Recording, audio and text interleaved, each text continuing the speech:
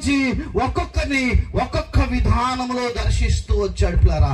దేవుని దర్శనము ఒక్కొక్కసారి దైవజనుడు నోట నుంచి వచ్చే మాటల వలన కూడా నీవు పొందుకోవచ్చు.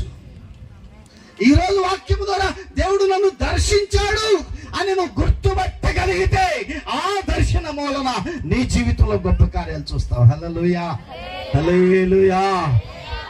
కంటికి కనబడే వాటినే నమ్ముతారండి కొంతమంది. దేవుని ఆశ్చర్య కార్యాలు ఎలా ఉంటే ఒకటి రెండు మాటలు నేను చెప్పి త్వరగా ముగిస్తాను. ఇప్పుడు అయ్యగారు సాక్ష్యం చెప్పారు. ఆ సాక్ష్యం చాలా పెద్దది. సుమారు 3 గంటల సేపు వింటే గాని సంపూర్ణం అవ్వదు. ఆ సాక్ష్యము ఆయన జీవితంలో జరిగింది. ఆయన సాక్ష్యం చెప్పకుండా ఉండలేకపోతున్నది. ట్రైన్ లాగా స్టార్ట్ అయిపోతుంది. ఆపుదామని చూస్తున్నాడు, ఆగట్లేదు అది.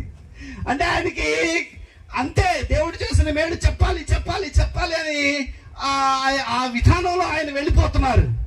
అయితే నేను ఈరోజు మీకేం గుర్తు చేస్తానంటే, ఒక సాక్ష్యం అక్కడ ఎప్పుడైతే ఆయన మాట్లాడుతున్నాడో దేవుడు మనకేం గుర్తు చేస్తున్నాడంటే, చూసారా నేను ఉన్నాను కాబట్టి ఆ సాక్ష్యం ఉన్నది. ఆమేన్, హల్లెలూయా. ఆయన ఉన్నవాడు అని నిరూపించుకోవడానికి ఇలాంటి వాళ్ళని మన కళ్ళ ముందుకు అప్పుడప్పుడు తీసుకొస్తూ ఉంటాడు. ఆయన జీవితంలో జరిగింది కదా, అది మనకేంటి ఉపయోగం అని మనం అనుకోకూడదు. మనకేం గుర్తు చేస్తారంటే ఆ సాక్ష్యం ద్వారా, చూసావా మరొకసారి ఆ సాక్ష్యం ద్వారా నీ కన్నుల ఎదుట నేనున్నానని నిరూపించుకుంటున్నాను. హల్లెలూయా, హల్లెలూయా. గుర్తుపట్టండి పిల్లరా, దేవుని గుర్తుపట్టండి. ఆయన నీ పక్క నుంచో వెళ్ళిపోతున్నారు, గుర్తుపట్టండి. ఆయన నీ ముందే నిలబడి ఉన్నాడు, గుర్తుపట్టండి. గుర్తుపట్టకపోతే నష్టపోయేది నువ్వే. దేవుని కార్యాలు గుర్తుపట్టు, దేవుని సన్నిధిని గుర్తుపట్టు. గుర్తుపట్టకపోతే నష్టపోయేది నువ్వే. అపోస్తుల కార్యముల గ్రంథం 28వ అధ్యాయం 26, 27 వచనాలు చదువు త్వరగా. అపోస్తుల కార్యముల గ్రంథం 28వ అధ్యాయం 26, 27 వచనాలు. మీరు వినుట మట్టుకు విందురుగానే, అయ్యా వినబడుతున్నా, వినుట మట్టుకు విందురుగానే గ్రహించరు. ఏం చెప్పారు? ఏదో చెప్పారు కానీ భలే ఉందండి. ఏదో చెప్పారు కానీ భలే ఉంది. వినుట మట్టుకు విందురుగానే గ్రహించరు, చూచుట మట్టుకు చూతురు గాని కాననే కానరు. ఈ ప్రజలు కన్నులారా చూసి చెవులారా విని మనసారా గ్రహించి నా వైపు తిరిగి నా వలన స్వస్థత పొందకుండానట్లు వారి హృదయం కవి ఉన్నది. వారి చెవులతో మందముగా విని కన్నులు మూసుకుని ఉన్నారు. వారి చెవులు మందంగా ఉన్నాయి, కన్నులు మూసుకొని పోయి ఉన్నాయి. కళ్ళు మూయబడిన వారు ఎక్కడుంటే ఏంటండి? దేవుడి సన్నిధిలో ఉంటే ఏంటి, ఇంటికాడు ఉంటే ఏంటి? చెవులు మూయబడిన వారు, హృదయమందు గ్రహించలేనటువంటి వారు ఎక్కడుంటే ఏంటి, ఎక్కడుంటే ఏంటండి? అసలు దేవుని దర్శనం ఉందా లేదా? దేవుడు అసలు దర్శిస్తున్నాడా లేదా? మీకు సంగతి చెప్తాను వినండి. అన్న ఈ మీటింగ్లు పెట్టినప్పుడు డేట్లు అనుకున్న దగ్గర నుంచి మాకు వర్షాలు పడుతున్నాయి. ఈ డేట్లు అనుకున్నప్పటి నుంచి మాకు వర్షాలు పడుతున్నాయి. నేను కూడా అన్నయ్యని అడిగేశాను, ఏంటనే వర్షాల్లో పెట్టేసావు అని. అంటే ఒక్క చుక్క కూడా పడతాడు. ట్రైన్లో అవుతుంటే ఏసీ ఆన్ చేసినట్టు వీళ్ళు పిల్లలు అడుగుతున్నారు, ఏంటి ఇంత చల్లగా ఉంది ఏంటంటే బయటికి చూస్తే వర్షం అంతా తడిసిపోయి ఉంది, ఏసీ ఆన్ చేసినట్టుంది.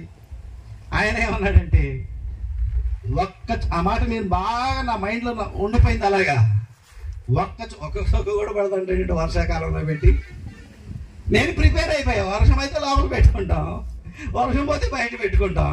నేను వర్షంతో ఎప్పుడు పోట్లాడినండి, ఎందుకంటే కొంతమంది వర్షం వద్దనే వాళ్ళు ఉన్నారు, కొంతమంది వర్షం కావాలనే వాళ్ళు. మాకు అదే బాధ. అందుకని ఎప్పుడు వర్షంతో పోటీ పడను. నేను వస్తే రానే, రాకపోతే రాకపోని అన్నట్టుగానే నేను చేసుకెళ్ళిపోతుంటాను. అయితే ఆయన ప్రతిసారి కూడా లాస్ట్ టైం మీటింగ్లు పెట్టినప్పుడు కూడా వర్షాల్లోనే వర్షం పడదంటాడు. పిచ్చోడా ఏంటి, వర్షాకాలంలో పెట్టి వర్షం పడదంటే ఏంటి, అది అయిపోయింది, ఏదో అయిపోయిందిలే. ఇప్పుడు నిజంగానే మేము గుంటూరు నుంచి వినుకొండ వచ్చేంత వరకు కూడా వర్షమేనండి.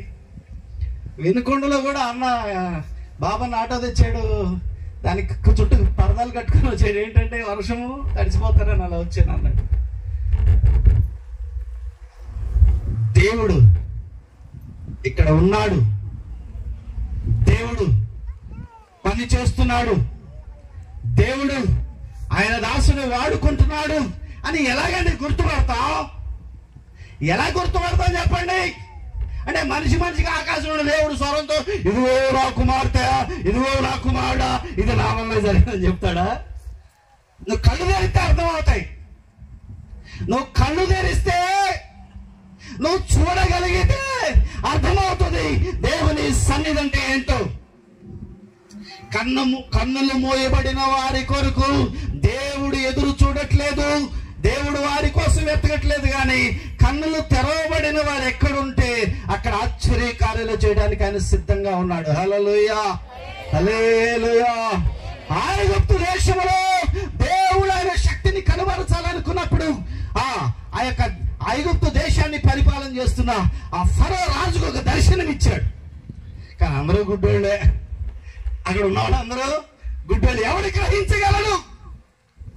7 సంవత్సరాలు భయంకరంగా పంటలు పండబోతున్నాయి, 7 సంవత్సరాలు భయంకరంగా కరువు రాబోతుంది.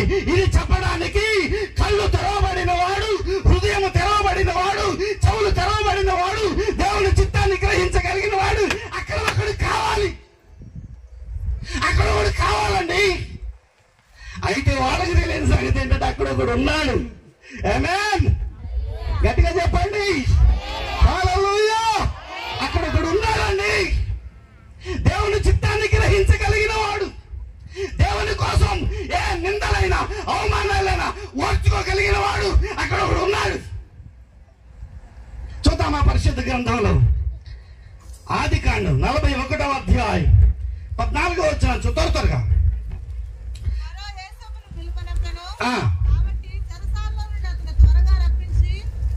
యోసేపు ఎక్కడ ఒకటిదంటే అక్కడ వెళ్ళి పడుతున్నాడు, అక్కడ ఒకటిదంటే అక్కడ వెళ్ళి పడుతున్నాడు. ఆయన చేసిన తప్పేం లేదండి. అన్నయ్యల వల్ల ఆ ఐగుప్తు దేశానికి అమ్మబడ్డాడు. అక్కడి నుంచి ఇంకో చోటికి, అక్కడి నుంచి ఇంకో చోటికి చెరసాలలో మగ్గిపోతున్నాడు.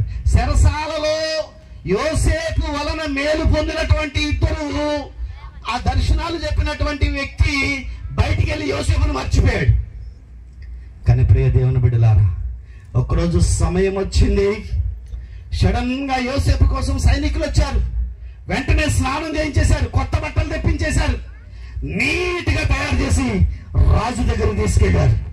ఆ రోజు నుంచి అతని సమస్యలన్నీ పోయినాయి. మళ్ళీ వెనక్కి తిరిగి చెరసాల్లోకి వెళ్ళలేదు, బయటకు వచ్చేసాడు అంతే. రావడమే ఆ సింహాసనం ఎక్కాడు పిల్లలు. ఎందుకు ఈ మాటలు నేను గుర్తు చేస్తున్నానంటే, దేవుడు కార్యాలు చేయడానికి సిద్ధంగా ఉన్నాడండి. కానీ ఎలా అక్కడ కార్యం చేయడానికి దేవుడు వస్తే అందరూ శరీర సంబంధులే, అందరూ భూ సంబంధులు. దేవుని స్వరాన్ని వినే అంత ఓపిక ఎవరికి లేదు, దేవుని స్వరాన్ని వినే అంత ఓపిక ఎవరికి లేదు, దేవుని కోసం నిలబడేటటువంటి అంత సమయం ఎవరికి లేదు పిల్లరా. ఒక మాట నేను మీకు జ్ఞాపకం చేస్తాను, పరిశుద్ధ బైబిల్ గ్రంథంలో ఒక మాట నేను మీకు జ్ఞాపకం చేస్తాను. చూడండి,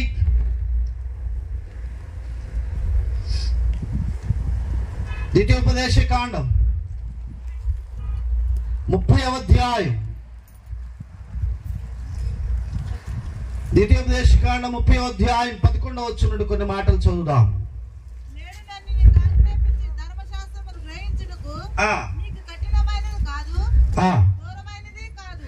అంత కఠినమైనది కాదు, అంత దూరమైనది కాదు.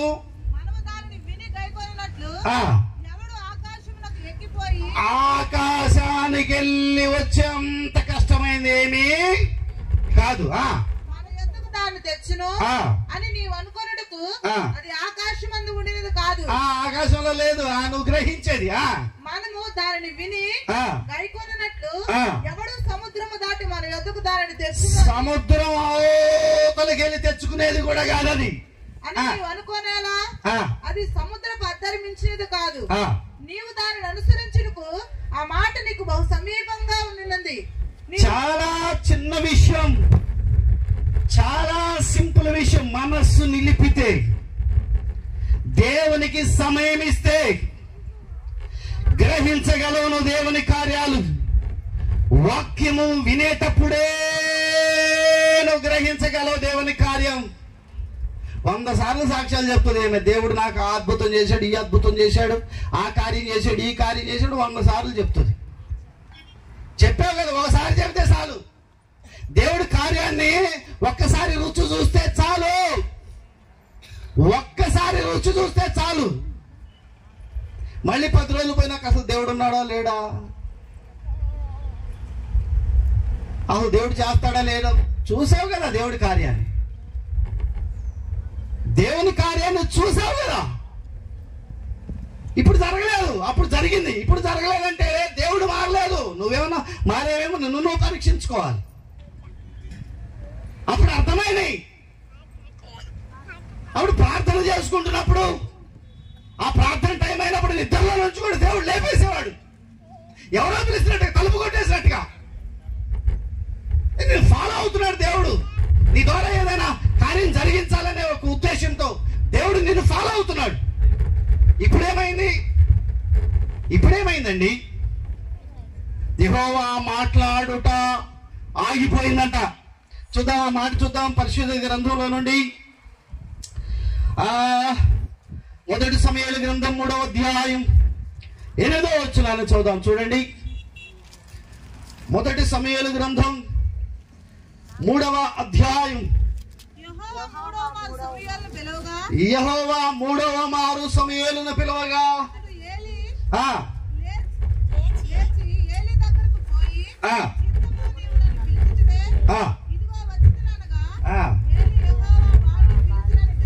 యెహోవా ఆ బాలుని పిలిచనని ఏలీ గ్రహించి, హల్లెలూయా, దేవుడు మాట్లాడటం మానేశాడు. అక్కడ ఎవరు సరైన వాళ్ళు లేరు. దేవుడు అక్కడ కార్యాలు జరిగించాలనుకున్నాడు కదా, ఒక్కడైనా సరైన లేడు. మాట్లాడటం మానేశాడని రాస్తుంది. యెహోవా దర్శించడం మానేశాడని రాస్తుంది. యెహోవా స్వరము ఆగిపోయింది. అక్కడ మళ్ళీ ప్రారంభించాడు. సమయానికి అంత వయసు లేదు, అనుభవం లేదు. ఇప్పుడు కార్యం జరగాలి. అక్కడ కార్యం జరగాలి అంటే సమయాలు వినాలి. సమయాలు నాతో దేవుడే మాట్లాడుతున్నాడు అనే సంగతి అర్థం చేసుకోవాలి. అర్థం చేసుకునేవాడు లేకపోతే, ఐగుప్తులో అర్థం చేసుకునేవాడు ఉన్నాడు కాబట్టి ఐగుప్తు దేశాన్ని ఆశీర్వదించాడు ఆహారం ఇచ్చడం ద్వారా. హల్లెలూయా, గట్టిగా చెప్దాం హల్లెలూయా. అనేక దేశాల వాళ్ళు ఆహారం కొనడానికి ఐగుప్తుకి ఎందుకు వచ్చారండి? ఐగుప్తులో దేవుని చిత్తాన్ని తెలుసుకోగలిగిన వాడు ఒకడు ఉన్నాడు కాబట్టి అక్కడ సమృద్ధి అయిన ఆహారం ఉంది. యోసేపును బట్టి ఆ ఇంటి వారిని ఆశీర్వదించను, యోసేపును బట్టి ఆ కుటుంబాన్ని ఆశీర్వదించను, యోసేపును బట్టి ఆ దేశాన్ని ఆశీర్వదించబడిన రాయబడింది. ఆ ఒక్కడి వలన ఒక దేశమే ఆశీర్వదించబడింది. పిల్లరా, నీకు మాత్రం ఎవరో ఒకడు ప్రార్థన చేస్తానే ఉండాలి బతికినంత కాలం. నీ పక్క నుంచి దెయ్యాలు వెళ్ళిపోతున్నా నీకు అర్థం కాదు, దూతలే నీ పక్క నుంచి నడిచి వెళ్ళిపోతున్నా నీకు అర్థం కాదు. అసలు సమయం ఇవ్వాలి కదా. ఈ కళ్ళు మూసి ఆ కళ్ళు తెరవాలి, అప్పుడు నువ్వు చూడగలవు దేవుని సన్నిధిని. ఇక ఎప్పుడు నీకు ఈ కళ్ళుతోనే కదా పని. ఆత్మనేత్రాలు ఎప్పుడో మూయబడివి, గుడ్డి బతుకైపోయింది. గుడ్డి బతుకుతుంటే ఎప్పుడు నువ్వు దేవుని చేతిలో వాడబడగలవు. గుడ్డి బ్రతుకుతుంటే ఎప్పుడు నువ్వు దేవుని చిత్తాన్ని నువ్వు గ్రహించగలవు. యెరూషలేముతో దేవుడు మాట్లాడుతున్న దర్శించాను నేను, కానీ గ్రహించలేకపోయాను. ప్రభు దర్శించిన కాలమును గ్రహించలేదు కాబట్టి నీకు పోయే కాలం దగ్గరకు వచ్చింది. రాయి మీద రాయి నిలబడకుండా కూలిపోతాడు. ఓరగిన చుట్టాలకు వచ్చేస్తాడండి ఆయన. ఆయన చేయాలనుకున్నటువంటి పని చాలా ఉంది. ఆయన చిత్తాన్ని గ్రహించే వాళ్ళు కావాలి. ఆయన చేతిలో ఒక బలమైన సాధనముగా వాడబడగలిగినటువంటి వారు కావాలక. ఇర్మియా గ్రంథం, పరిశుద్ధ బైబిల్ గ్రంథం నుంచి ఇర్మియా గ్రంథం 23వ అధ్యాయం 18వ వచనాన్ని మనం చదువుదాం. యెహోవా మాట విని గ్రహించినట్లు ఆయన సభలో నిలిచివాడెవడు? నా మాటను గ్రహించినట్లు దాన్ని లక్ష్యము చేసిన వాడెవడు? ఇదిగో యెహోవా యొక్క మహోగ్రతను. ఎవరైనా ఉన్నారా ఈ సభలో? ఆయన మాట విని గ్రహించగలిగే వాళ్ళు. ఇదిగో ఈరోజు ప్రభు వాక్యము ద్వారా నన్ను దర్శించాడు. దేవుడు దర్శించాలంటే పాటలు పాడేటప్పుడైనా దర్శించేస్తాడండి. ఆ పాటలు పాడేటప్పుడే ఆ పాటలు పాడుతూ ఉండగా ఆ పాటలలో ఆనందిస్తూ ఉండగా నీ హృదయానికి ఒక మాట వచ్చి తాకుతాడంతే. అర్థమైపోవాలి నీకు, అమ్మో ఇది నిజముగా దేవుడు నాతో మాట్లాడాడు. ప్రార్థన చేస్తూ ఉన్నప్పుడు, పాటలు పాడుతున్నప్పుడు, వాక్యం వింటూ ఉన్నప్పుడు ఎప్పుడైనా దేవుడు నిన్ను దర్శించవచ్చు. వెతకాలి.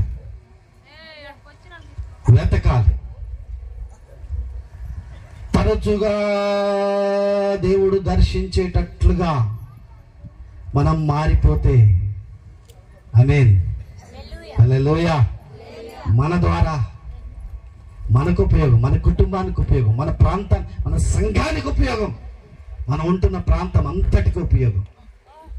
మనం కళ్ళు మూసుకొని పోయి గుడ్డోళ్ళలాగా ఉంటే మనకు ఉపయోగం లేదు, మన వల్ల ఎవరికి ఉపయోగం. ప్రభు దర్శిస్తాడు. ప్రభు దర్శిస్తే నీ ద్వారా ఆయన చిత్తాన్ని నెరవేర్చుకోబోతున్నాడు అని అర్థం. ఎంతమంది ఈరోజు దేవుని చిత్తం కోసం పని చేయగలుగుతున్నారు? దేవుడు మాట్లాడాలని ఎందుకు అనుకుంటాడు? ఏమో రేపే నీ మీదకు ఒక ప్రమాదం రాబోతుందేమో, కీడు సంభవించబోతుందేమో. నీకెలా చెప్పాలి? నీకెలా చెబితే అర్థమవుతుంది? నీకెలా తప్పించాలి నిన్నని ఆయన చూస్తూ నీకు అలవాట్లేదు.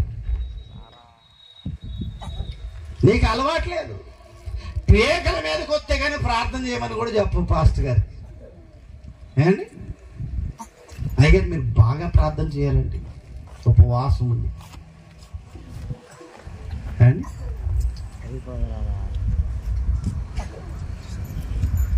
దేవుని సన్నిధికి వచ్చినప్పుడు ఒకలాగా, ఇంటికి వెళ్ళినప్పుడు ఒకలాగా, గంటకు ఒకలాగా మారిపోతా ఉంటే అర్థం ఏంటంటే, దేవుడు ఒకవేళ నిన్ను ఏ విధంగానైనా దర్శిస్తాడేమో, నువ్వు బలంగా మారిపోతావేమో, సంఘానికి ఒక బలమైన స్తంభంలాగా నువ్వు మారిపోతావేమోనని నిన్ను బట్టి సాతాను భయపడిపోయి దేవుని సన్నిధి నీకు కనబడకుండా గుడ్డితనాన్ని కలుగు చేస్తాడు.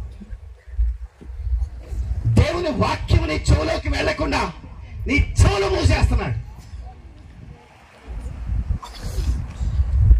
నువ్వు గ్రహించలేకపోయేటట్లుగా చేస్తున్నాడు. ఒకసారి మనం ఆలోచన చేద్దాం. భక్తుడైన యోబు గురించి మనం విన్నాం కదా. నేను సూటిగా ఒక ప్రశ్న అడుగుతాను. యోబు ఊజు దేశం అంతటిలో ఆశీర్వదించబడినటువంటి వాడు. ఆమేన్. ఊజు దేశంలో అంతటి ధనవంతుడే లేడు. యోబు పుట్టుకతోనే రిచ్చా, లేకపోతే మధ్యలో ధనవంతుడయ్యాడా? చెప్పండి. తాత ముత్తాతల కాలం నుంచి పోగు చేసి కూడబెట్టి యోబు పుట్టిన తర్వాత వాళ్ళందరూ టపా కట్టేసి ఆస్తంతటికి ఇతడు వారసుడయ్యాడా? లేకపోతే ఇతని కన్నులు ఎదుటనే ఇతడు గొప్పవాడయ్యాడా? చెప్పండి, చెప్తారా? దేవుని బిడ్డలారా, యోబు తన భార్యతో అంటాడు, యెహోవా ఇచ్చెను, యెహోవా తీసుకొనెను. ఒకవేళ తాత ముత్తాతల ఆస్తి అయితే మా తాతగారు ఇచ్చెను, దేవుడు తీసుకొనెను అనాలి. మా తాత ముత్తాతలు ఇచ్చెను, దేవుడు తీసుకొనెను అనాలి. లెక్క ప్రకారం అయితే ఏమన్నాడు? యెహోవా ఇచ్చెను, యెహోవా తీసుకొని. కృపను గుర్తుపట్టాడండి. ఎక్కడో చోట ఇది దేవుడు కృప అని నమ్మగలిగితే దాన్ని కాపాడుకోవడానికి ప్రయత్నం చేయాలి. ఆమేన్. అందరూ పంటేశారు. యోబుది ఒక్కడిదే ఆ పంట బాగా పండింది, మిగతా అన్నీ పోయినాయి. ఇప్పుడు కనబడి ఏవో దేవుడు కృప ఉంది నీ మీద, చూడు మాది ఎలాగైపోయిందో, కృప ఉంది నీ మీద, అందుకే నువ్వు ఎలా ఉన్నావు అని అనగానే, అవునా అంటే ఈ కృప పోకుండా నేను జాగ్రత్తగా ఉండాలి, ఈ కృపను నేను పోగొట్టుకోకూడదు, జాగ్రత్తగా ఉండాలని మొదలుపెట్టాడు. ఇంకంతే, ఇక సమకూడటం ప్రారంభించబడుతుంది. ఇంకా జాగ్రత్తగా ఉండాలి, నేనైతే ఇంకా జాగ్రత్తగా ఉండాలి, ఇంకా జాగ్రత్తగా ఉండాలి, ఇంకా జాగ్రత్తగా ఉండాలి. చాలు కదా, ఇంకెందుకంటే లేదు నేను నమ్మకంగానే ఉండాలి. ఎంతవరకు ఊరు ద్వేషములు, ఇక అతడే గొప్పవాడయ్యా అంతవరకు యథార్థతను విడిచిపెట్టకుండా నమ్మకంగా జీవించాడు. హల్లెలూయా, హల్లెలూయా. నువ్వు ఈరోజు దేవుడు కార్యం చూస్తావు, దేవుడు చేశాడంటావు, దేవుడు చేశాడని చెబుతావు, తర్వాత 4 రోజులు పోయినాక ఏం దేవుళ్ళే అంట. కృపను పొందటం గొప్ప కాదండి, దానిని దుర్వినియోగం చేసుకోకుండా కాపాడుకోవడం గొప్ప.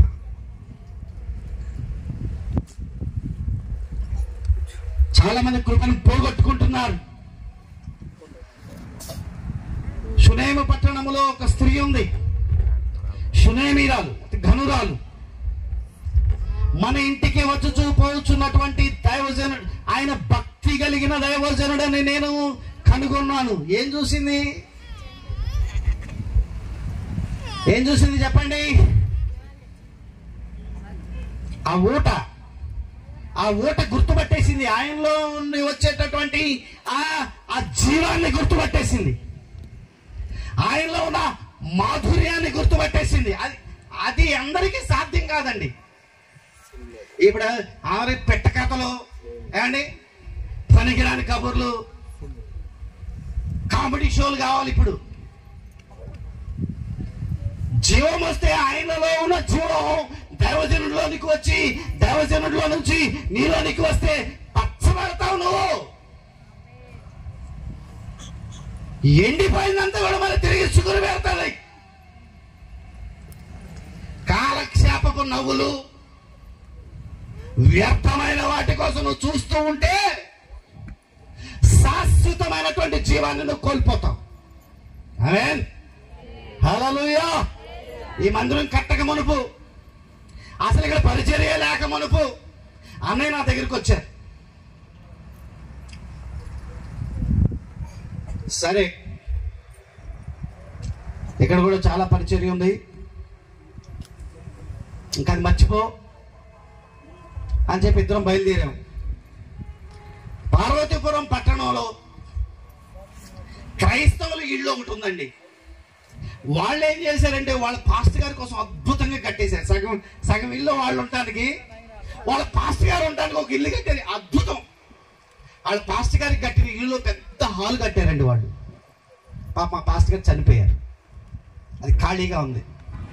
అది దొరికింది మాకు. మేము వెళ్ళగానే ఆ ఇల్లు కనపడింది. అక్కడ చర్చిలు కూడా ఏమి లేవు. అన్నయ్య అక్కడ ఉండాలి అని నా ప్లాన్. అంటే పార్వతీపురంలో మనకి పరిచర్య ఉంది కాబట్టి అన్నయ్య నా టౌన్లో ఉంచితే, నా పరిచర్య కూడా అక్కడ ఉంది కాబట్టి ఆయన్ని చూసుకుంటూ ఉంటాడు. ఆయన మంచి పొజిషన్లో ఉంటాడు, బాగుంటుందని ఒక ఆలోచన. నేను ఆలోచిస్తున్నాను, మంచం, గ్యాస్ బండ, గ్యాస్ స్టవ్, దుప్పటి, కుర్చీలు అని నేను ఆలోచిస్తున్నాను. ఆయన అంటాడు మంచి సౌండ్ సిస్టమ్,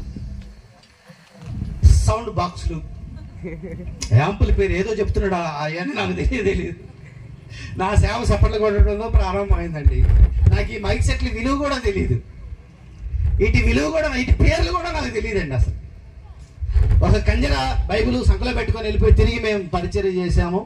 దేవుని కృపను బట్టి ఇదిగో ఇప్పుడు మా అబ్బాయి వచ్చిన దగ్గర నుంచి విన్నాను నిద్రపోను ఇక్కడ అన్ని అవి కొన్నాను ఈ కొన్నాను అని మార్చేశాడు. కానీ నాకైతే ఏం తెలియదు, అటు పేర్లు కూడా తెలియదు. నేనేమో 2 కుర్చీలు ఉండాలని ఎవరైనా వచ్చినప్పుడు కూర్చొని మాట్లాడడానికి, ఒక మంచం ఉండాలి, ఒక గ్యాస్ స్టవ్ ఉండాలి అంటున్నా నేను. ఆయన లేదు మంచి సౌండ్ సిస్టమ్. ఆయన ఏమి నమ్మాడంటే నేను మాట్లాడతాను, నేను మాట్లాడేది ప్రజల్లోకి వెళ్ళాలి. ఆమేన్. వాళ్ళు నా మాటలు వింటూ ఉండగా వాళ్ళు గుర్తుపెడతారు అందులో నుంచి వచ్చే జీవాన్ని. ఆమేన్. ఈ హాల్ సరిపోతుంది. అది చాలా పెద్ద హాల్ కట్టారండి. అది 2వ అంతస్తులో వాళ్ళ పాస్టర్ గారి కోసం కట్టారు. ఆ వెనకాల ఇల్లు, గది, వంటగది, జనాలు ఎంతమంది వచ్చినా కూర్చోడానికి పెద్ద హాలు, కింద ఇంటి ఓనర్ వాళ్ళు ఉంటారు. అయ్యగారు మేము సేవ కోసం కట్టామండి, అది అద్దే ముందులేండి, తర్వాత చూద్దాంలేండి, ముందు వచ్చి దిగమనండి. మా పాస్టర్ గారి కోసం కట్టి ఆయన చనిపోయారు, ఇప్పుడు దైవజనుడు వస్తున్నారంటే మాకు ఎంతో సంతోషంగా ఉంది. ఈ విషయం మా వాళ్ళందరికీ చెబితే ఎంతో ఆయన కూడా లేరు, వాళ్ళ భర్త కూడా లేడు. మేము వెళ్ళినప్పుడు మా వాళ్ళకి చెప్తే ఎంత సంతోషిస్తారో ఆమె పొంగిపోతుంది. అప్పుడు వచ్చింది ఫోను, అన్నయ్య మమ్మల్ని వదిలేసి వెళ్ళిపోతావా ఇక్కడి నుంచి. ఆమేన్. హల్లెలూయా. నేను అనుకున్నాను మా ప్లాన్లన్నీ వ్యర్థం, దేవుని యొక్క ప్లాన్ ఏదో ఉంది. హల్లెలూయా, హల్లెలూయా. ఇక టైం అయిపోయింది అన్నట్టుగా ఒక్కొక్కటి వాటంతా అవే సమకూడుతున్నాయండి. సైన్యంలాగా పనిచేస్తున్నారు. ఈ షెడ్ ఒక్క రోజులో బిగించారు, నమ్ముతారా? ఒకే ఒక రోజు షెడ్ అంతా తీసుకొచ్చి నట్లేసి బోల్డ్లేసి బిగించేసారు అంతే. టైం అయిపోయింది అన్నట్లుగా ఒకటి టక అయిపోతుంది. ఎందుకు ఈ మాటలు గుర్తు చేస్తున్నానంటే ప్లేరా, ఎండిపోయిన చెట్టుకి పచ్చని చెట్టుకి ఎంత తేడా ఉందో, దేవుడు దర్శించే సంఘానికి, దేవుని దర్శనాలు ఆగిపోయిన సంఘానికి, దేవుని స్వరం ఆగిపోయిన సంఘానికి, దేవుడు విడిచిపెట్టిన సంఘానికి చాలా తేడా ఉంటుంది.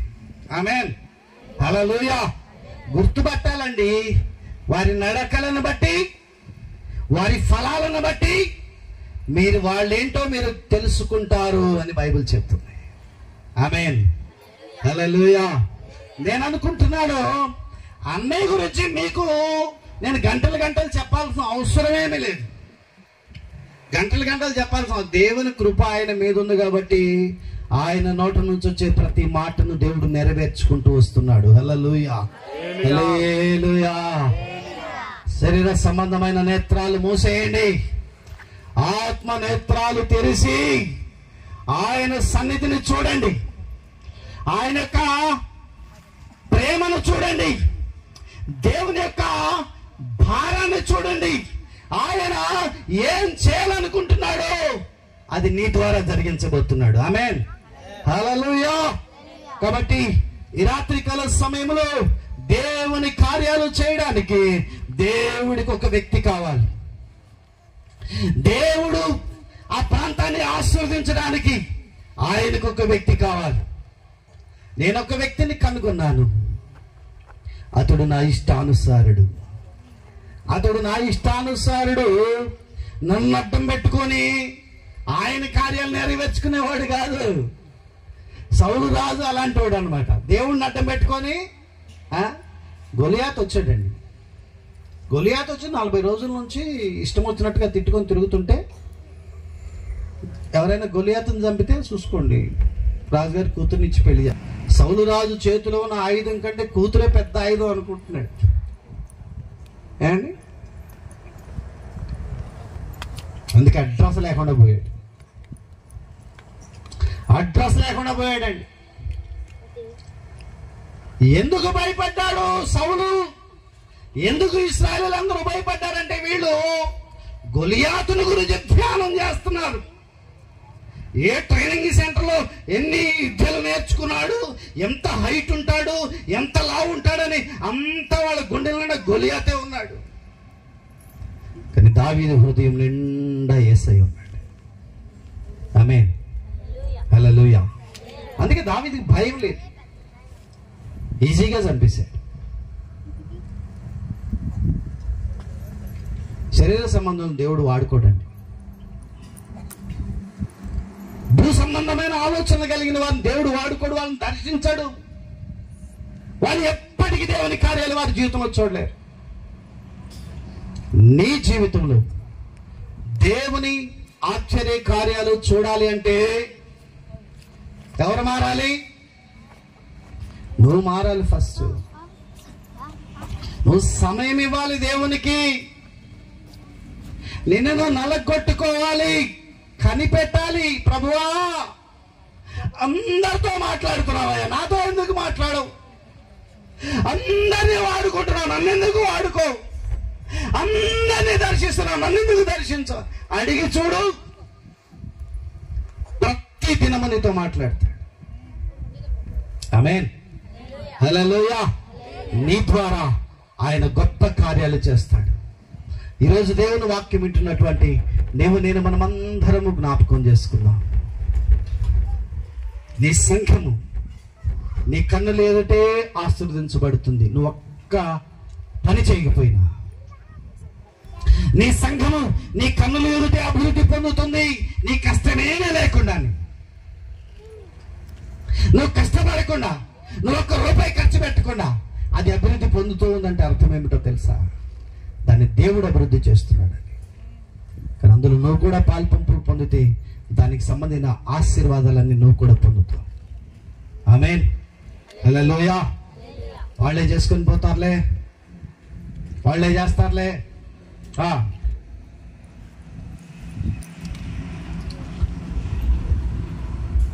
నేను మధ్యాహ్నం జ్ఞాపకం చేశాను.